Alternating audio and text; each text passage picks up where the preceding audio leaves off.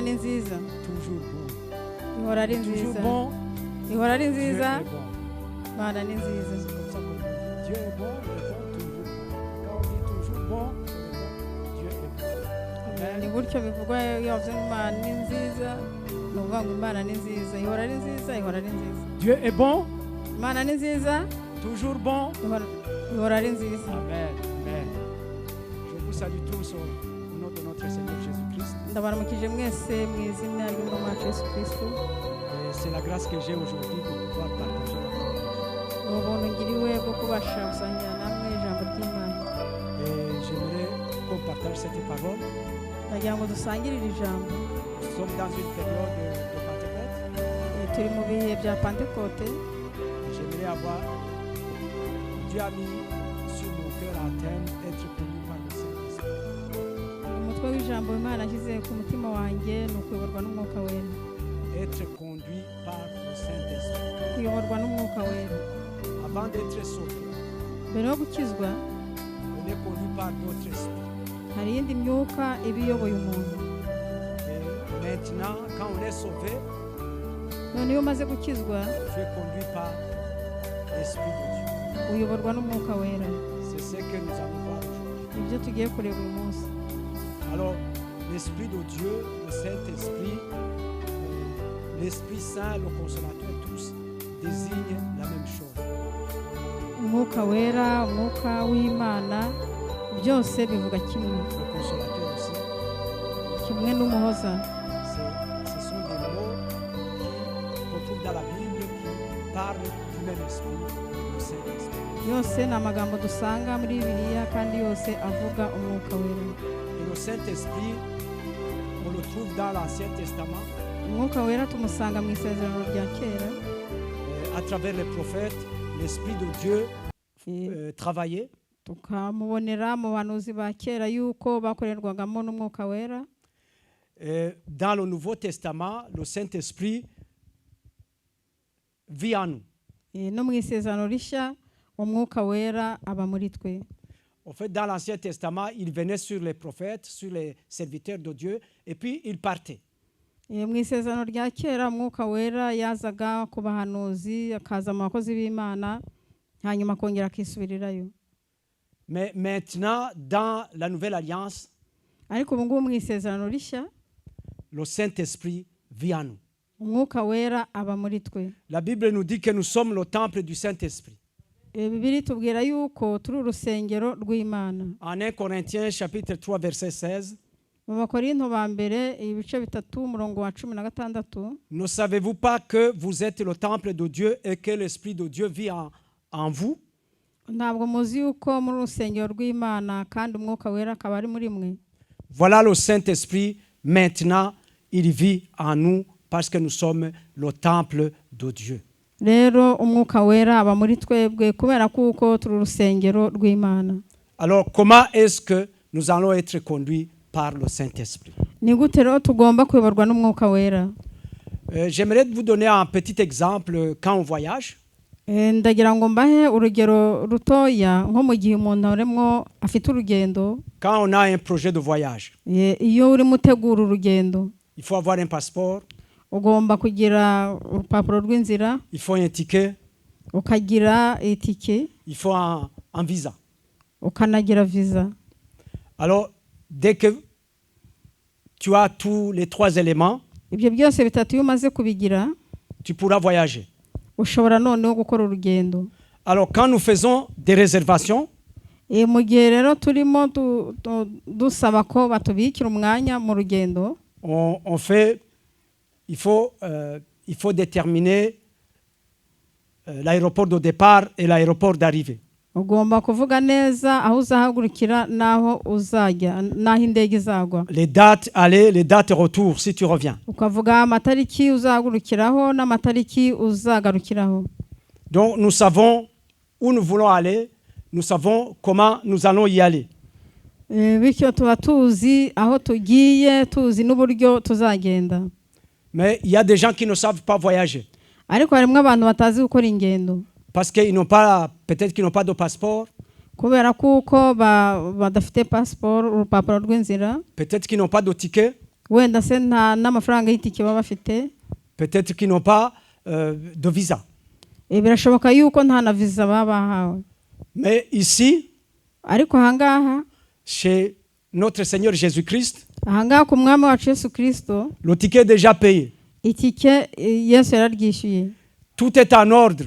ibintu byose biri mu buryo, Il ne manque que le visa. ikintu kibuze ni visa yonyine. Alors, comment est-ce que nous pouvons nous conduire pour que nous puissions avoir ce visa? Noneho twakwitwara gute kugira ngo niyo visa nayo tuyibone? C'est ce que nous allons voir, comment nous pouvons être conduits par le Saint-Esprit. Nibyo rero tugiye kureba kuyoborwa n'umwuka wera. Alors, il y a certaines questions que je me suis posées. Noneho hari ibibazo bimwe na bimwe nibajije. Comment est-ce que le conducteur va nous y amener? Ndabaza ntese uzatujyana azatugezayo gute? Comment est-ce que le pilote qui pilote l'avion va nous amener avec son équipage? Utwara indege azatujyana te hamwe n'ibindi byose? Vous savez, quand on entre dans l'avion, on ne sait pas où on va. Du moins, le passager ne sait pas comment l'avion va partir, là où il va passer. Le passager ne le sait pas. Murabizi ko umuntu agiye kujya mu ndege, umugenzi ntabwo amenya aho indege iri bunyure, nta nubwo azi aho iri bugere. Et vous savez que quand le pilote pilote son avion, kandi umutwara indege arimo ayitwara, on peut avoir des pannes. Hashobora kubaho ko indege yagira nk'ibibazo. On peut avoir des incidents. Hakabaho nyine utuntu nyine tutameze neza. On peut avoir des problèmes. Cyangwa hakabaho n'ibibazo nyine bigaragara. Mais quand c'est le Saint-Esprit qui nous guide, ariko iyo ari umwuka wera utuyoboye, quand c'est lui qui nous oriente, quand c'est lui qui nous conduit, iyo ari we utuyoboye, il n'y a même pas d'incident. nta kabazo kagomba kubaho. Il y a pas d'incident, il n'y a pas d'accident, il n'y a pas de pneu qui a crevé, il y a aucun problème. Nta kibazo na kimwe kibaho, nta pine ritoboka, nta na kimwe. La Bible nous dit même ndetse na Bibiliya tubwira ngo que même dans la vallée de l'ombre de la mort, sa houlette et son bâton nous rassurent. ngo no mu gicucu cy'urupfu inshyimbo ye n'inkoni ye biraduhumuriza. Amen. Nous sommes donc chrétiens. Rero turi abakristo. Et nous savons la destination où nous devons aller. Kandi tuzi aho tugomba kujya. Nous devons aller vers le Père. Tugomba kujya kwa Data. Et notre Père à tous. Data wa twese. Est-ce qu'il est notre Père à tous? Tout le monde est convaincu. Ese umuntu wese arabyemera ko ari Data wa twese? Amen. Amen. Amen. Donc nous sommes une même famille. Twese rero turi umuryango umwe. Nous avons le même Père. Dufite Data umwe. Et ce Père a des enfants. Kandi uwo Data afite abana. Les enfants que nous sommes. Abo bana nibo twebwe. Mais parmi les enfants, ariko mu bana, il y a des enfants qui obéissent. harimo abana bumvira. Il y a des enfants qui n'obéissent pas. Harimo n'abandi batumvira. Il y a des enfants qui sont entre les deux, qui obéissent un jour, qui n'obéissent pas un autre. Harimo rero abari hagati aho ngaho, rimwe babumviye ubundi batumviye. Et il y a des enfants qui sont carrément rebelles. Kandi harimo n'abana bigize ibyigenge neza neza. Alors aujourd'hui, uyu munsi, quelle est ta position, quelle est ma position? wowe uhagaze he, ngewe mpagaze he? Est-ce que je suis l'enfant qui est rebelle? Ese ndi umwana wigenga? Est-ce que je suis l'enfant qui obéit toujours? Cyangwa se ndi umwana uhora yumvira? Est-ce que je suis l'enfant qui obéit aujourd'hui, demain non, qui obéit selon les circonstances? None se ndi umwana wumvira none, ejo sinumvire, nkumvira igihe numva binshobokeye? La Bible nous dit en Romains 8, verset 14, Bibiliya tubwira mu Baroma 8:14, car tous ceux qui sont conduits par l'Esprit de Dieu sont fils de Dieu. ngo kuko abayoborwa n'umwuka wera ari bo bana b'Imana. Car tous ceux qui sont conduits par l'Esprit de Dieu sont fils de Dieu. Kuko abayoborwa n'umwuka w'Imana bose nibo bana b'Imana. Il est important de savoir Ni iby'ingenzi kumenya que son fils ou fils de Dieu, ceux et celles qui sont conduits par l'Esprit de Dieu. ko abana b'Imana ni abayoborwa n'umwuka w'Imana.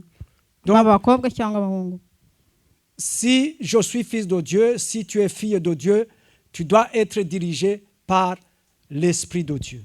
Niba uri umukobwa, niba uri umuhungu, ukaba uri umwana w'Imana, ugomba kuyoborwa n'umwuka w'Imana. Alors, comment est-ce qu'on devient fils de Dieu ou fille de Dieu? umuntu ahinduka gute umwana w'Imana waba umukobwa cyangwa umuhungu? Dans la Bible, il nous l'est encore annoncé. Muri Bibiliya barabitubwira. En Jean chapitre 1 verset 12. Muri Yohana igice cya mbere umurongo wa 12. À tous ceux qui l'ont reçu, à ceux qui croient en son nom, il a donné le pouvoir de devenir enfants de Dieu. Icyakora abamwemeye bose bakizera izina rye yabahaye ubushobozi bwo kuba abana b'Imana. À tous ceux qui l'ont reçu. Abamwemeye bose. Ici, il s'agit de Jésus, la parole de Dieu.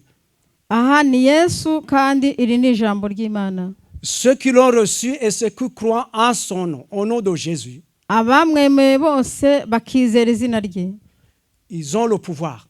bafite ubushobozi. Ils ont reçu le pouvoir Bahawe ubushobozi de devenir enfants de Dieu, bwo kuba abana b'Imana, de devenir fils et filles de Dieu. bwo kuba abakobwa n'abahungu b'Imana. Donc, toute personne qui veut avoir le pouvoir de devenir fils ou fille de Dieu, umuntu wese rero ushaka guhabwa ubushobozi bwo kuba umuhungu w'Imana cyangwa umukobwa w'Imana, il reçoit Jésus yakira Yesu et il croit en son nom. kandi akizera izina rye. Est-ce que tu as reçu Jésus? None se wakiriye Yesu? Est-ce que tu as cru en son nom? Ese wizeye izina rye? Réponds-toi toi-même. Wisubize ubwawe. Si tu as reçu Jésus et si tu crois en son nom. Niba warakiriye Yesu kandi ukaba warizeye izina rye.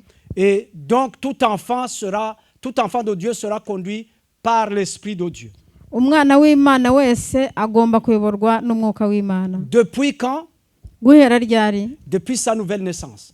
Guhera igihe avutse ubwa kabiri. Est-ce que tu es né de nouveau? None se wavutse ubwa kabiri? J'ai l'impression qu'aujourd'hui je pose beaucoup de questions. Ndabona uyu munsi ndimo mbaza ibibazo byinshi. Et je vois que vous êtes sages. Kandi ndabona mwitonze. Amen. Donc, est-ce que vous avez eu la nouvelle naissance? Ese mwavutse ubwa kabiri?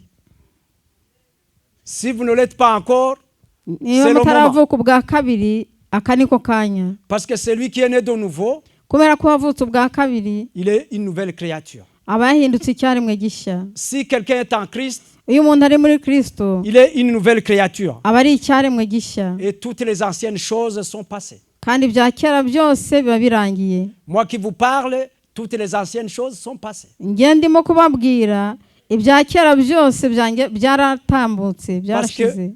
J'ai eu cette grâce kuko nagira ubwo buntu d'être une nouvelle créature. bwo kuba icyaremwe gishya. Et toutes les choses maintenant, kandi ibintu byose ubu ngubu elles sont devenues nouvelles. byabaye bishyashya. C'est ce que je souhaite à toi. nicyo nkwifuriza. C'est ce que je te souhaite aujourd'hui. nicyo nkwifuriza uyu munsi. Pas demain. ntabwo ari ejo.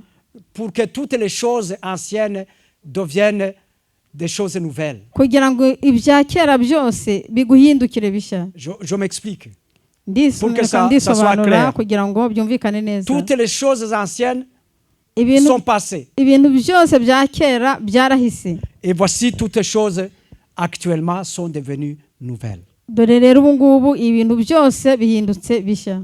Alors, à partir de ce moment-là, guhera uwo mwanya rero, pour triompher toujours, kugira ngo uneshe, il est nécessaire d'être toujours conduit par l'Esprit Saint. ni ngombwa kuyoborwa n'umwuka wera buri gihe. À partir du moment où on a eu la nouvelle naissance, guhera igihe uvutse ubwa kabiri, à partir du moment où on appartient à la famille des enfants de Dieu, guhera igihe ubereye kuba umwe mu bagize umuryango w'abana b'Imana, maintenant tu dois être conduit par le Saint-Esprit. ubwo rero ugomba kuyoborwa n'umwuka wera.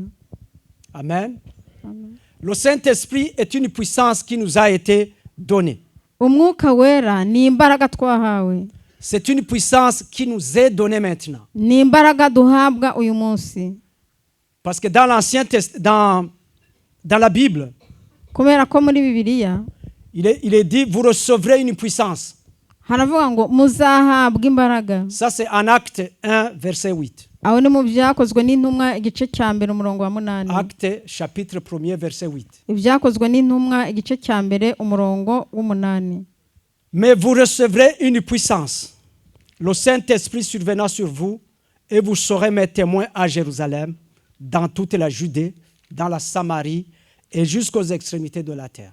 icyakora muzahabwa imbaraga umwuka wera nabamanukira kandi muzaba abagabo bo kumpamya i Yerusalemu n'i Yudaya yose n'i Samariya no kugeza ku mpera y'isi. Ici, je venais de parler de l'Ancien Testament, ahangaha narimo mvuga ku by'isezerano rya kera, mais comprenez bien. ariko mubyumve neza. Ici, c'est Jésus qui parle, Aha ni Yesu uri kuvuga mais vous recevrez. ngo icyakora muzahabwa. Parce que l'époque où Jésus était sur la terre, c'était une époque de l'Ancien Testament, si vous voulez, parce que l'Église a commencé après la Pentecôte. kubera kuko mu isezerano rya rya kera aho navugaga Yesu we itorero ryavutse nyuma y'igihe cy'isezerano rya kera ku bwa Yesu. Donc c'était une période, on dirait, presque intermédiaire. ubwo cyari igihe kirimo hagati ya byombi. Mais Jésus dit, vous recevrez, parce qu'ils n'ont pas encore reçu. Yesu aravuga ngo muzahabwa kubera ko bari batarahabwa. Mais moi qui vous parle maintenant, ariko njyewe urimo kubabwira uyu je mwanya suis dans une période où le Saint-Esprit a été déjà reçu. ndi muri cya gihe aho umwuka wera yamaze kuza. Donc vous recevez. ngo muzahabwa. Donc certains ont déjà reçu. bamwe barahawe. Maintenant, je parle à vous ici, dans cette église. ubu ni mwebwe ndimo kubwira muri iri torero rya Jemap. Donc vous recevrez une puissance.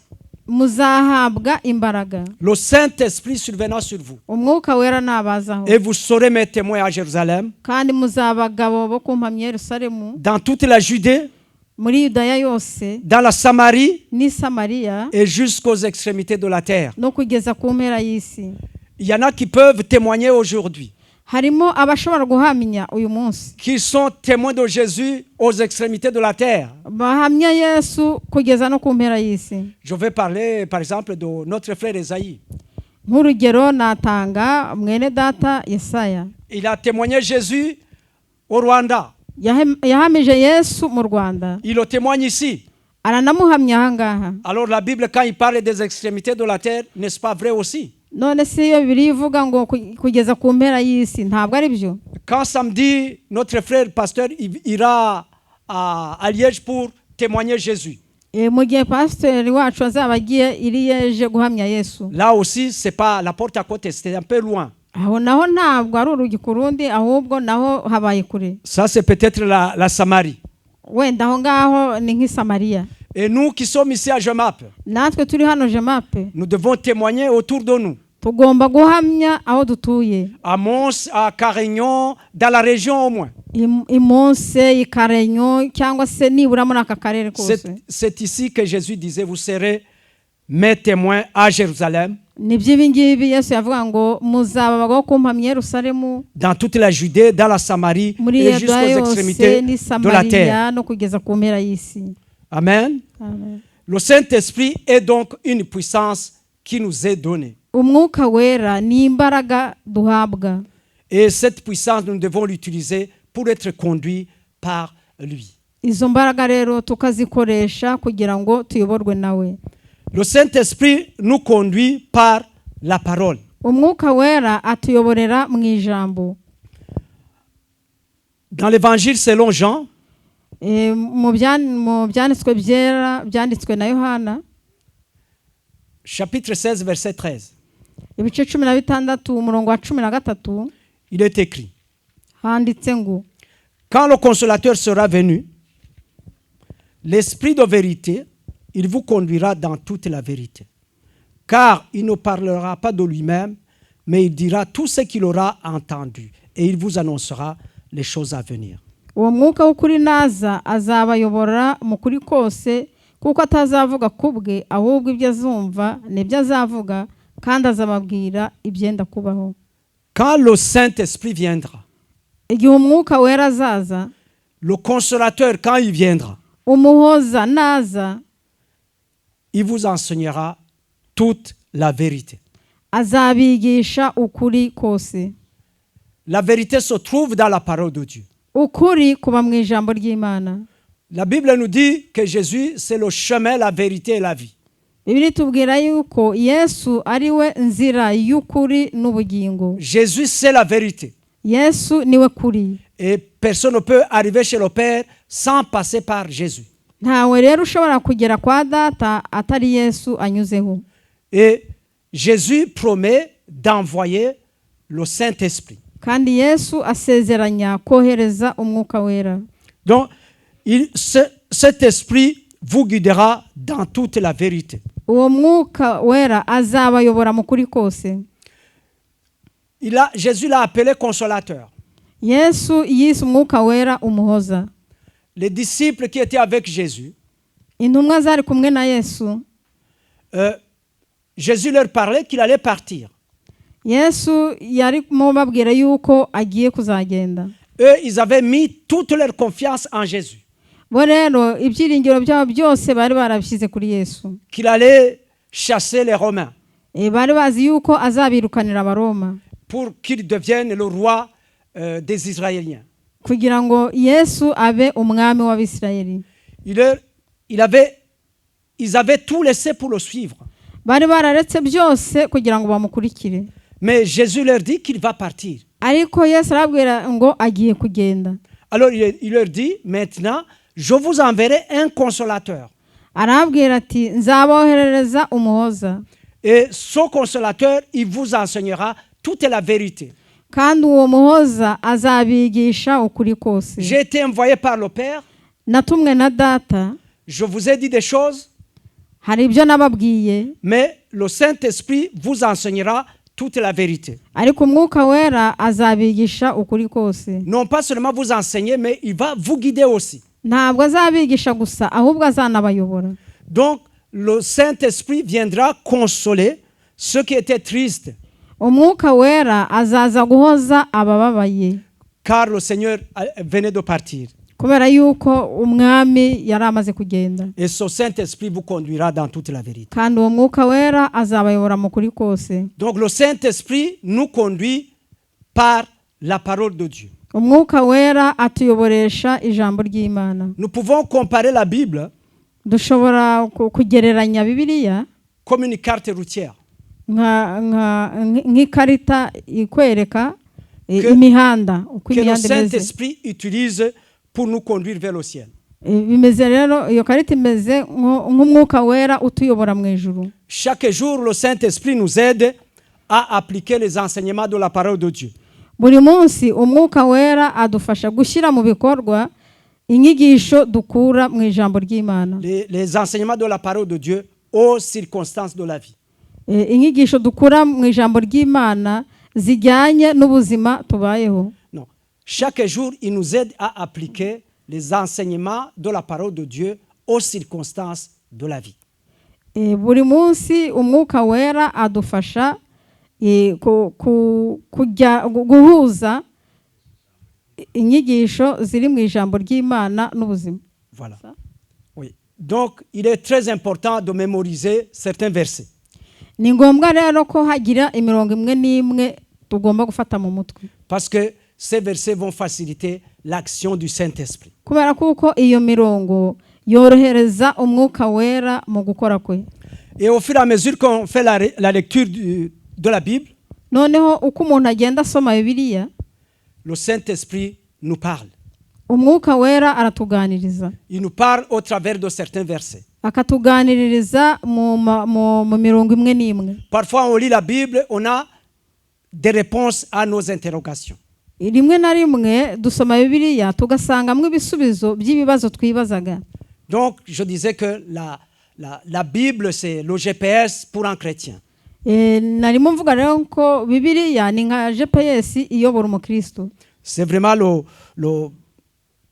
avant on utilisait les boussoles. Kera bakoreshaga icyo bita boussole. On a utilisé les cartes routières pour voyager en Europe. N'amakarita yarakoreshejwe kugira ngo abantu bashobore kugera mu Burayi. Maintenant il y a eu des améliorations, maintenant on a le GPS. Noneho rero byabaye byiza kurushaho, hariho za GPS qu'on a amélioré grâce aux satellites qui se trouvent au-dessus de nos têtes.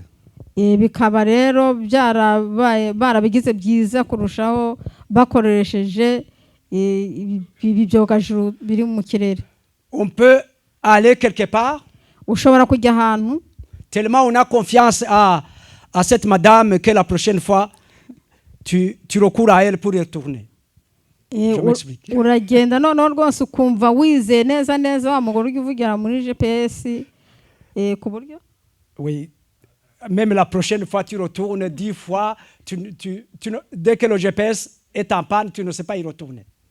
ku buryo nyine uramwizera cyane ku buryo uba ushatse gukomeza ugenda n'ikindi ugiye noneho GPS igapfa ubwo nyine ntumenye yuko kubera ko wamwizeye cyane noneho ukamera nk'umuntu utakaye. Si nous pouvions avoir confiance au Saint-Esprit comme nous l'avons au GPS, yiba twashoboraga kwizera umwuka wera nk'uko twizera GPS. Notre GPS, c'est donc la parole de Dieu. GPS yacu rero ni ijambo ry'Imana. D'où il est très important de la lire et de la méditer jour et nuit. Niyo mpamvu rero ari iby'agaciro kurisoma no kuritekerezaho ku manywa na nijoro. Pour avoir la direction divine. Kugira ngo tubone icyerekezo kivuye mu D'ailleurs, la parole de Dieu nous dit, ndetse ijambo ry'Imana tubwira ngo heureux ceux qui méditent la parole de Dieu jour et nuit. hahirwa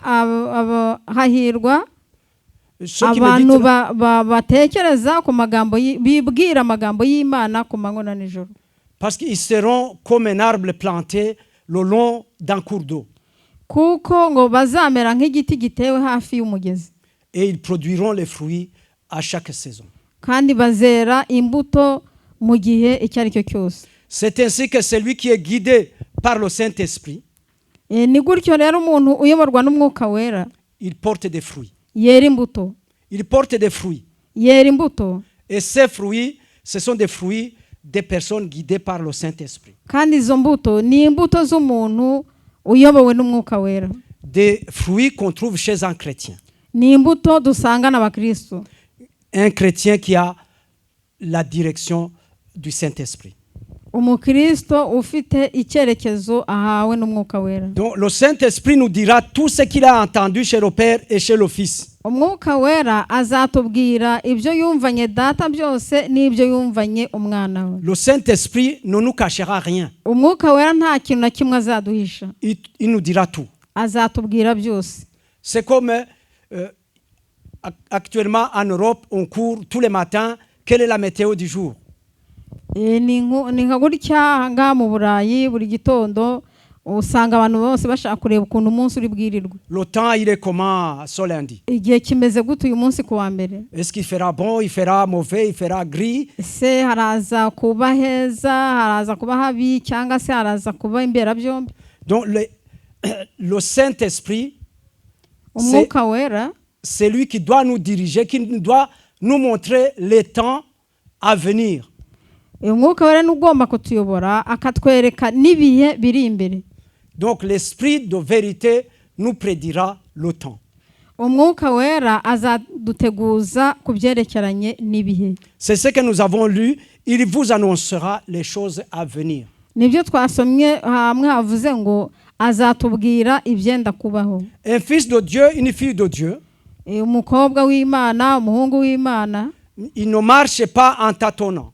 Ntabwo agenda ameze nk'utazi yajya. Par les prières, par la parole de Dieu, kubw'ijambo ry'Imana, kubwo gusenga, et le Saint-Esprit va lui annoncer des choses qui vont arriver. Umwuka wera azamuhishurira ibizabaho. Le Saint-Esprit ne cachera pas les choses à venir. Umwuka wera ntabwo azahisha ibizaza. Amen. Igomba kubaho. Lisons en Actes chapitre 16 verset 8 à 10. Dusome mu byakozwe n'intumwa ibice. Et là on va voir comment le Saint-Esprit va Actes chapitre 16 verset 8 à 10. Byakozwe n'intumwa ibice 16. Ici on voit comment le Saint-Esprit peut donner une direction.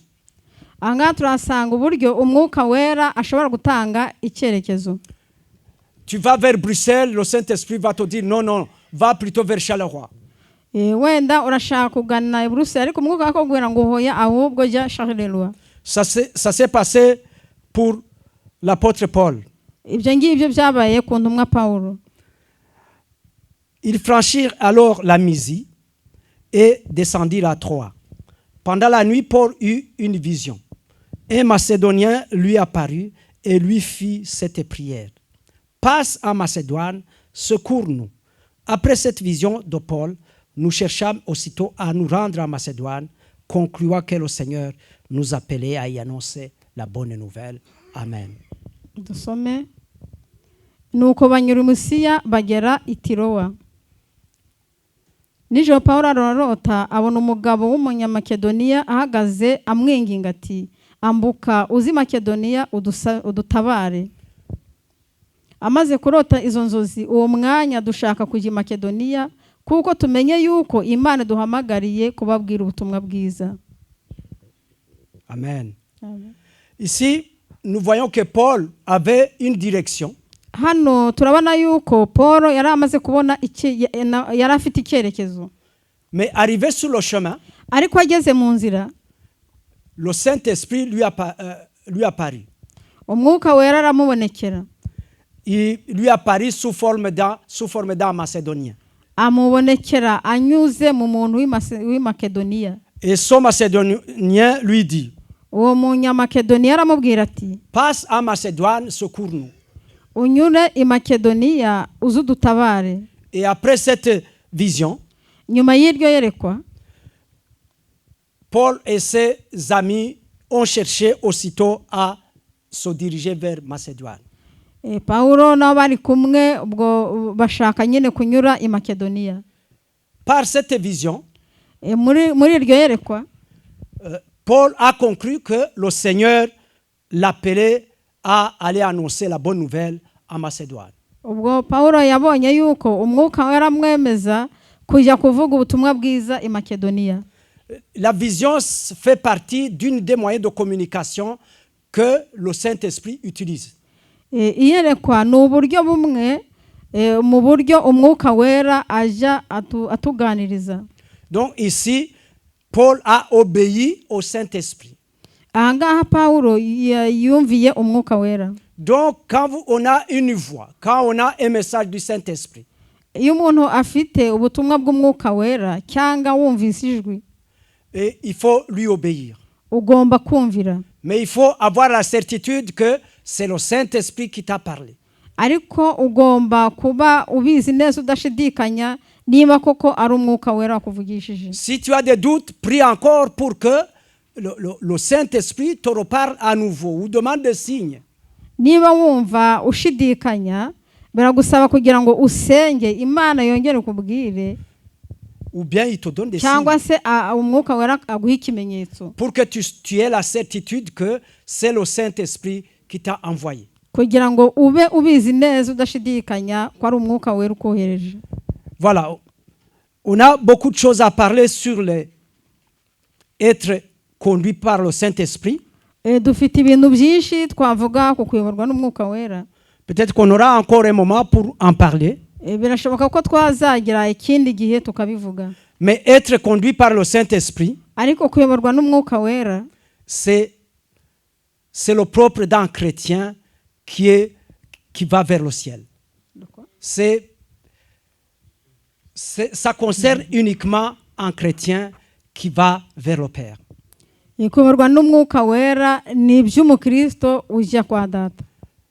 Parce qu'on pouvait voir aussi le Saint-Esprit purifie. Kubera ko tubona ko n'umwuka wera areza. On pouvait le voir, mais faute de temps, on va se limiter ici. Twashoboraga kubireba ariko kubera kuko nta gihe turahagararira hano. Alors par la parole, le Saint-Esprit nous conduira.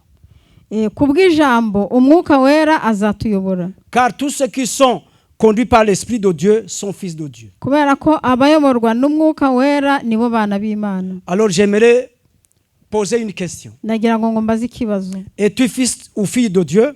Uri umukobwa w'Imana cyangwa uri umuhungu w'Imana? Si c'est vrai. Niba ariko bimeze. Es-tu conduit par le Saint-Esprit au quotidien? Uyoborwa n'umwuka wera buri munsi? C'est une question que je te pose, que je me pose. C'est une question, je voudrais avoir la réponse, mais donne-toi toi-même la réponse. Ni ikibazo nkubaza, ni ikibazo nibaza, nashaka kubonera igisubizo ariko wowe wihe ubwawe igisubizo. Est-ce que tu es conduit par le Saint-Esprit un jour 2 jours et puis par après, tu laisses tomber, ou bien tu es conduit par le Saint-Esprit chaque jour. ese uyoborwa n'umwuka wera none ejo ukabura biretse cyangwa se uyoborwa n'umwuka wera buri munsi? Une autre question que je voudrais poser, ikindi kibazo nifuzaga kubaza, est-ce que tu lis la parole de Dieu quotidiennement? ese buri munsi usoma ijambo ry'Imana? Parce que la parole de Dieu, c'est la vérité. kubera ko ijambo ry'Imana ni ukuri. Si tu cherches la vérité, il faut la chercher dans la parole de Dieu. niba ushaka ukuri uragushakira mu ijambo ry'Imana. Est-ce que nous lisons la parole de Dieu quotidiennement? ese dusoma ijambo ry'Imana buri munsi? Certains jours oui, certains jours non. iminsi imwe ni yego, iyindi ni oya. Alors si nous voulons la puissance du Saint-Esprit, niba dushaka kubona imbaraga z'umwuka wera, prions ensemble. dusengere hamwe. Je vais vous demander de vous lever. ndabasanga muhaguruke. Chacun a donné la réponse à chaque question. buri wese yatanze igisubizo kuri buri kibazo. Et nous allons prier pour avoir cette puissance de lire la parole de Dieu, tugiye gusenga kugira ngo tubone izo mbaraga zo gusoma ijambo ry'Imana, de prier imbaraga zo gusenga et pour être conduit par le Saint-Esprit. n'imbaraga zo kuyoborwa n'umwuka wera. Je vais demander au pasteur Aaron de prier pour nous. ndasaba Pastor Aaron kugira ngo adusengere. Amen. Amen.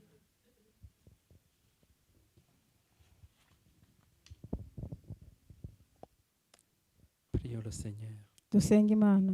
Seigneur Jésus, mwami Yesu, nous te rendons grâce pour ta parole. turagushimiye kubw'ijambo ryawe. Ta parole est la vérité. ijambo ryawe ni ukuri. Ta parole nous éclaire. ijambo ryawe riratumurikira. Seigneur, merci pour le Saint-Esprit Mana turagushimiye ku bwa mwuka que wera tu as envoyé, wohereje, qui vit en nous, uba muri twe, qui marche avec nous, ugendana natwe, qui agit en nous. ukorera muri twe. Seigneur, ce matin, nous voulons être conduits par le Saint-Esprit. Mana muri iki gitondo turifuza kuyoborwa n'umwuka wera. Que nos oreilles spirituelles s'ouvrent amatwi yacu y'umwuka pour que afunguke nous puissions écouter ce que le Saint-Esprit nous dit. kugira ngo tubashe kumva icyo umwuka wera Que atubwira. l'Église puisse entendre ce que le Saint-Esprit dit à son sujet.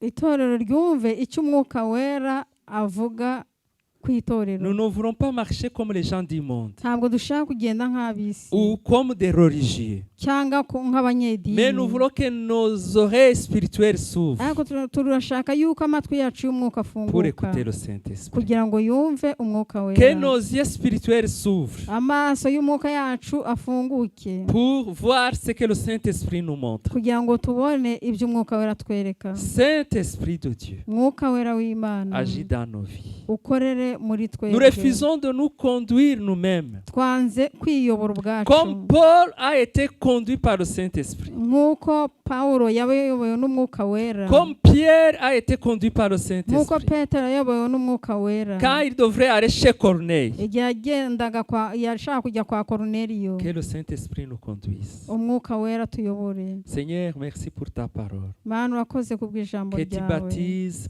ceux qui ne sont pas encore baptisés dans le Saint-Esprit. wuzuza umwuka wera abatari bawuzura. Que tu baptises ceux qui ne sont pas encore baptisés dans le Saint-Esprit. abatarabatizwa mu mwuka wera babatizwe mu mwuka wera. Car nous avons besoin du Saint-Esprit kuko chaque jour. dukeneye umwuka wera buri munsi. Bénis ton serviteur qui nous a apporté la parole. umugisha umugaragu wawe watuzaniye ijambo, Seigneur, qu'il puisse avoir de quoi nourrir ton peuple. ajya abasha kubona ibyo agabura ubwoko Merci bwawe. pour ta servante qui nous a officié aussi. urakoze no kubw'umuja wawe watuyoboye. Seigneur, que tu lui donnes la bénédiction de ceux qui conduisent les autres. umuhe umugisha ugendana n'abayobora abandi. Merci pour tous nos bien-aimés qui sont venus dans ta maison ce matin. urakoze ku bakundwa bose baje muri iyi nzu ya muri iki Nous gitondo. les bénissons de la bénédiction d'Abraham. tubasabiye umugisha nk'umugisha wa Aburahamu. Maintenant que nous allons nous séparer, ubwo tugiye gutandukana, marche avec nous. ugendane Que natwe, nous puissions nous revoir avec de nouvelles actions de grâce. tuzabashe kongera kubonana dufite C'est dans le amashimwe nom de mashyashya. Jésus. ni mu izina rya que Yesu nous avons Kristo prié. dusenze. Amen. Amen. Allez dans la paix du Seigneur mugende mu mahoro y'Imana. et nous allons nous revoir mercredi tuzongera guhura ku wa gatatu dans la réunion de prière. mu iteraniro à ry'amasengesho 18h. saa 12:00. Amen.